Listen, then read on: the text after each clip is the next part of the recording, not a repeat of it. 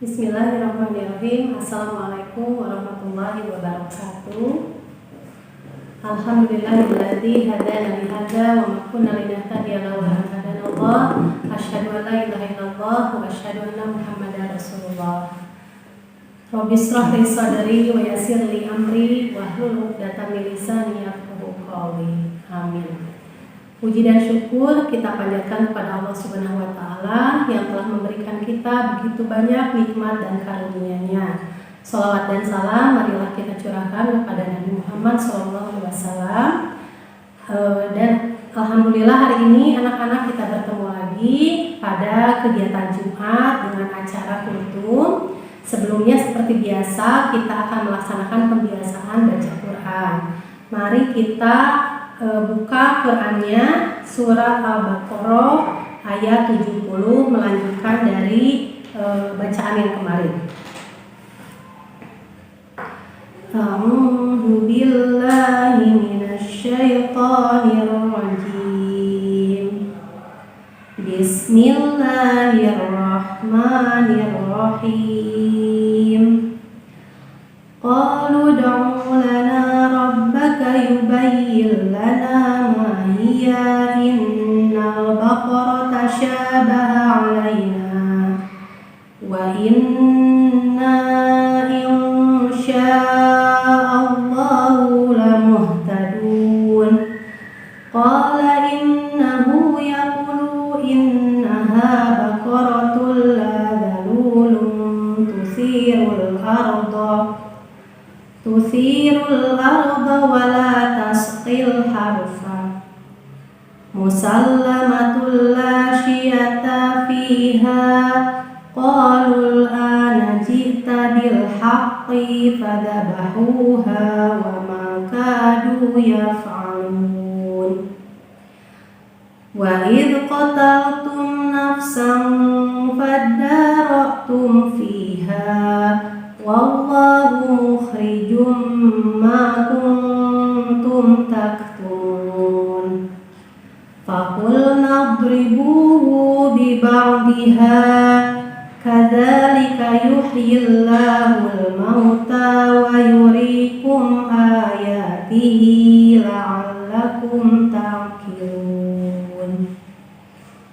Tsumma qasat qulubukum min ba'di dzalika fahiya kal hijarati aw ashaddu qaswah wa inna minal hijarati lama yatafajjaru minhul anhar wa inna minha lama yashaqqaqu fayakhruj wa inna minha lama yashaqqaqu fayakhruju minhul ma' wa inna minha lama yahbitu min khasyatillah wa ma Allahu bighafilin amma ta'malun. Afatatma'una an yu'minu lakum wa qad kana fariqun minhum yasma'una kalam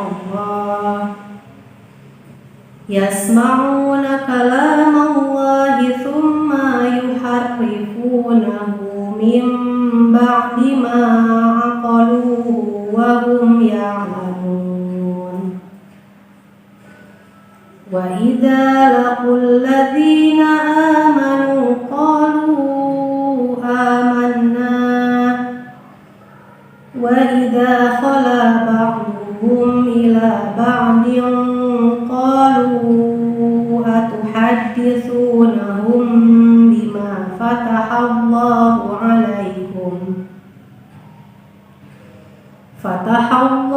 'alaikum liyuhajjukum bihi 'inda rabbikum afala ta'qilun. Shadaqallahul azim.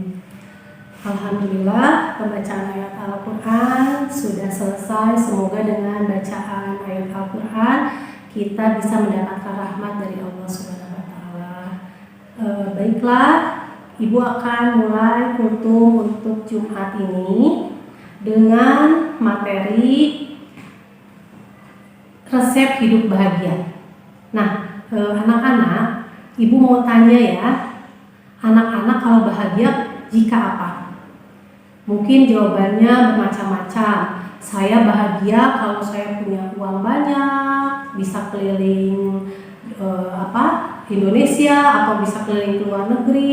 Saya bahagia kalau punya keluarga yang harmonis. Saya bahagia kalau punya rumah besar, punya kendaraan. Saya bahagia kalau bisa berbagi. Pasti macam-macam ya jawabannya. Nah, tapi anak-anak, rata-rata orang itu menjawabnya melihat kebahagiaan itu dari luar saja, dari segi materi. Tapi tahukah anak-anak, Rasulullah SAW mengingatkan dalam hadis Bukhari dan Muslim, yang disebut dengan orang yang bahagia adalah orang yang bahagia dan orang yang kaya itu adalah bukan mereka yang banyak harta, yang banyak kemewahan, yang nilainya dunia saja, tapi yang dinamakan orang yang kaya itu menurut Rasulullah SAW yaitu orang yang kaya hati dan selalu merasa cukup. Nah, anak-anak, mungkin anak-anak ada yang punya sosmed ya, ada yang punya Facebook, ada yang punya Instagram. Coba anak-anak lihat di sana, mungkin ada yang posting sedang pakai mobil atau rumahnya mewah dan lain sebagainya. Nah, belum tentu semua itu mereka juga merasa bahagia ya. Jadi tidak bisa diukur dengan semua kemewahan duniawi. Jadi kebahagiaan sesungguhnya itu terletak di dalam hati, merasa bersyukur dan merasa cukup ya. Nah, ada juga yang merasa bahagia karena sering melakukan tahajud qiyamul lail. Jadi ketika kesiangan, karena setiap hari sering melakukan tahajud, tiba-tiba kesiangan, pas besoknya dia merasa menyesal sekali, kenapa saya tidak tahajud gitu ya. Tapi ketika ada seseorang yang setiap harinya tahajud, setelah tahajud dia merasa bahagia. Nah, jadi beda-beda ya versi bahagia itu. Mungkin ada juga yang punya uang kemudian disedekahkan, setelah disedekahkan melihat orang lain bahagia, dia merasa bahagia. Nah, di sini ada 6 resep hidup bahagia. Yang pertama yaitu beriman dan beramal soleh. Ketika seseorang dekat dengan Allah, orang itu akan merasa bahagia, mendapatkan ketenangan. Ketika dia berbuat baik hari itu, dia merasa bahagia. Ketika dia bisa menengok teman yang sedang sakit, memberi kepada yang kekurangan, dia merasa bersyukur dan sangat bahagia seperti yang orang lain rasakan. Kemudian yang kedua, menuntut ilmu yang bermanfaat. Nah, ada satu contoh.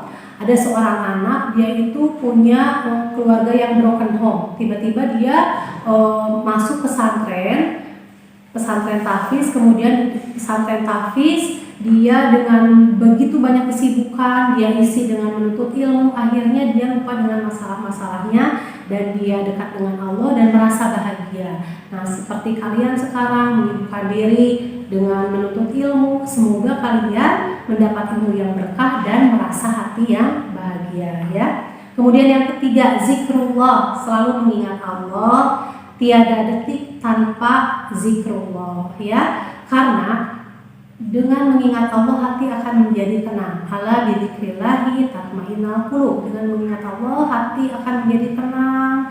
Nah, kemudian diamnya orang yang beriman itu zikrullah ya. Barang siapa yang beriman kepada Allah dan hari akhir, maka berkata-kata yang baik atau diam. Jadi diamnya di sini orang yang beriman itu selalu zikir kepada Allah.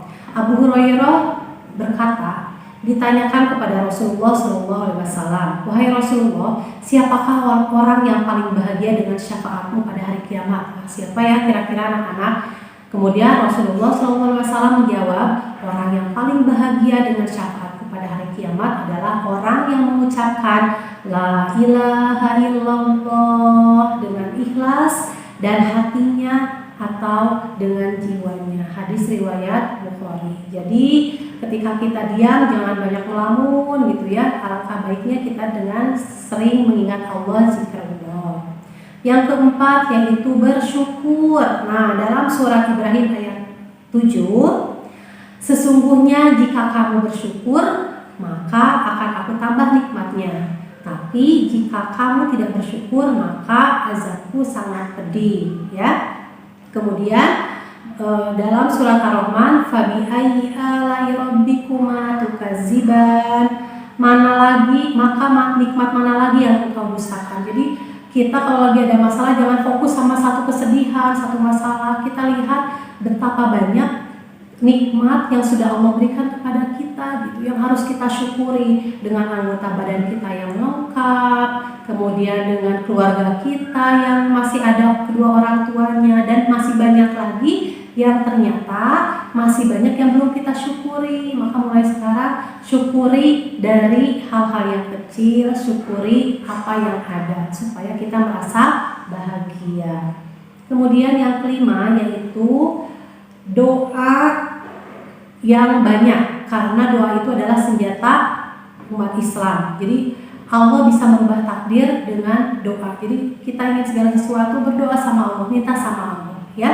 Karena orang yang tidak mau berdoa itu termasuk orang yang sombong. Tapi kalau misalnya kita banyak berdoa, Allah justru senang kepada kita, ya. Kemudian yang terakhir adalah tawakal kepada Allah. Hati kita serahkan kepada Allah setelah kita berusaha, berdoa. Kemudian yang terakhir adalah kita bertawakal kepada Allah. Jadi setiap manusia itu pasti ada ujiannya masing-masing. Tapi jangan sampai kita kalah sebelum berperang, jangan putus asa, terus berikhtiar, ikhtiarnya yang maksimal, kemudian berdoa dan hasilnya kita serahkan kepada Allah dengan tawakal kepada Allah. Sekian anak-anak kultum dari Ibu, semoga bermanfaat. Mohon maaf jika ada kekurangan, ada kesalahan. Akhirul kalam, assalamualaikum warahmatullahi wabarakatuh.